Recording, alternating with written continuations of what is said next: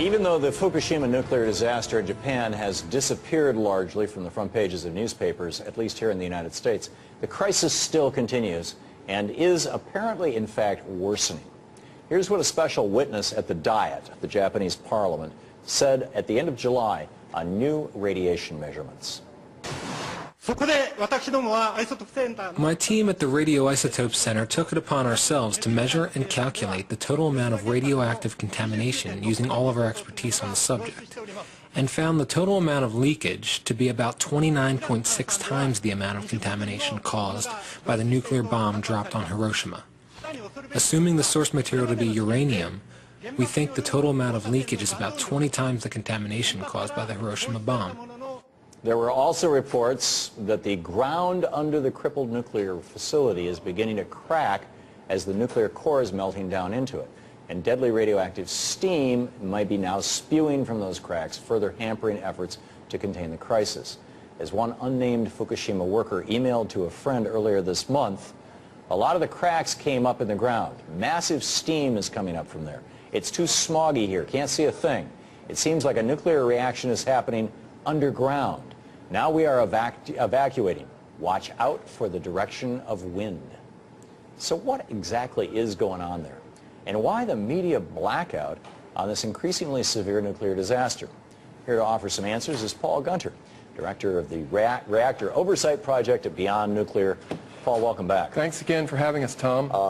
I appreciate your being here. It's a shame, though, that this is just continuing. 160 days now. Yeah.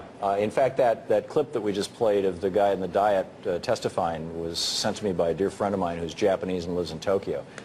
They're really starting to get worried. I mean, this cracks at the plant, radioactive steam coming out of the earth, that sounds an awful lot like, and my knowledge of this is limited to having seen the Jane Fonda movie, but that sounds a lot like the China syndrome, the core melting down through the earth and hitting the water table. Right. That's clearly a concern that we've had all along, that we know now that there have been 3 meltdowns at the reactors at this 6-unit site, and that the vessel has failed.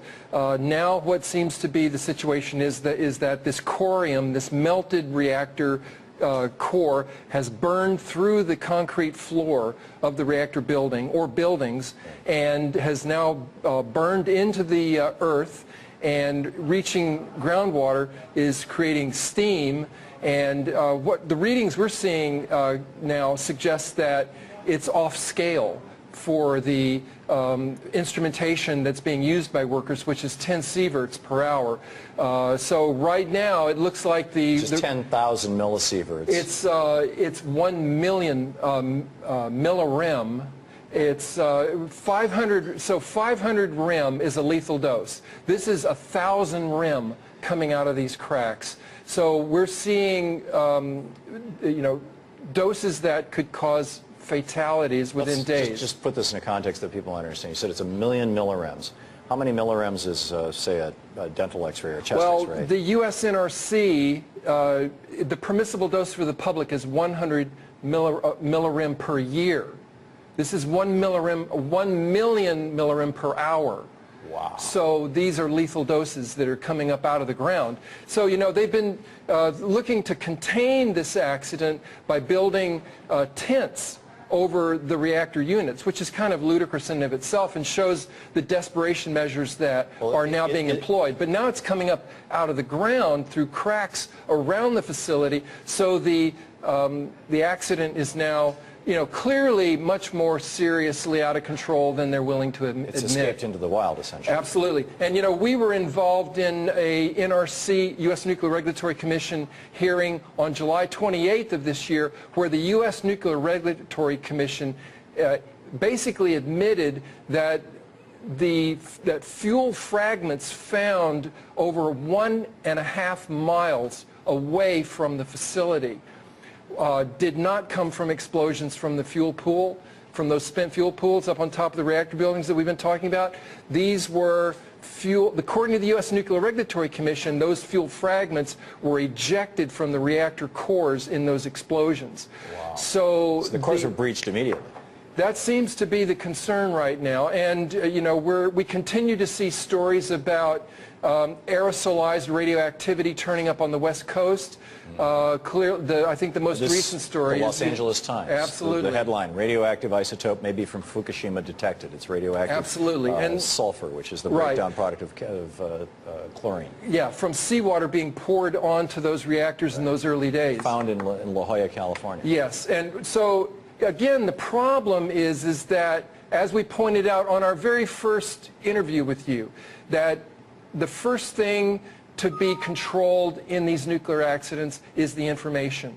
And now, 160 days into this accident, and still worsening, we still see that the information is being withheld. There's an incredible lag time, months before we really understand the situation. This fellow who testified before the Diet said 20 to 29 times more radiation has been emitted from Fukushima than the Hiroshima bomb. I mean, this horrified the Japanese, made the Japanese press. This was a big deal in Japan. I didn't see it mentioned in a single newspaper in the United States. Right. So is the blackout here, there, or in both places? It's a global nuclear industry that can control the airwaves, the media, and you know, really we're really dependent upon indie media right now, like your program, like what's on the blogs, what's coming up on YouTube. You know, this is where news on Fukushima breaks first. Wow. Just to clarify, in the last minute we have here, in a China syndrome like we're apparently seeing right now in Fukushima, the nuclear reactor, the nuclear core melts through the reactor vessel, melts through the cement underneath it, melts into the ground, and if it was in, say, Nevada, it would be no big deal. It would end up in the dirt someplace buried forever. But if it hits a water table, it explodes out. Isn't it true that pretty much every nuclear power plant in America, or in the world for that matter, is built right next to water, so there's a low water table because they use it to cool the plant? I mean, isn't this like an inherently insane system? It's certainly inherently dangerous. And once it's out of control, the consequences are unacceptable. You know, the big concern right now is that we don't really know, because we don't have reliable information on how hot that corium material, that melted core is. If it's hot enough, it can separate out the elemental forms of water, hydrogen and oxygen, and that creates an underground explosive environment. Wow. Paul, thanks so much for being with us. No nukes. Yeah, there you go. While the rest of the media ignores Fukushima, we'll keep an eye on it and bring you the latest news on this global tragedy.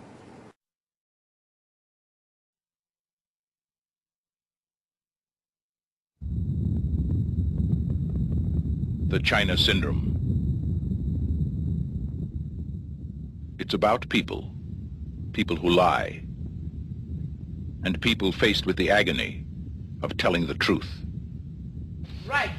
People like Kimberly Wells, a television reporter paid to smile, not to think.